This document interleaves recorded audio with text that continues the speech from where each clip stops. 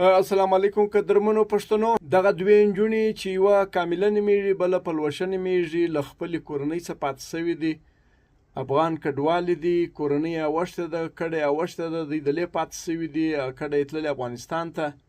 دا د پښین تاڼه په یارو کې دي، علاقه یارو کې دي، یارو لیویس تاڼه کې دي.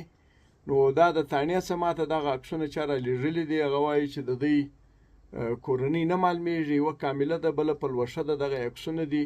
دا دواړې نجونې چې خپله کډه خپله کورنۍ یې اوښتې ده افغانستان ته، دوی دلې ځینې پاتې سوي دي. نو دوی وایي چې موږ غواړو چې خپل کور ته ولاړ شو. نو که څوک خپلوان پیژني یا زما ویډیو ګوري، په دغه ویډیو باندې هغه موبایل نمبر دی د تاڼې، نو د دې سره رابطه وکړئ او چې دغه نجونې خپل کور ته ورسېږي.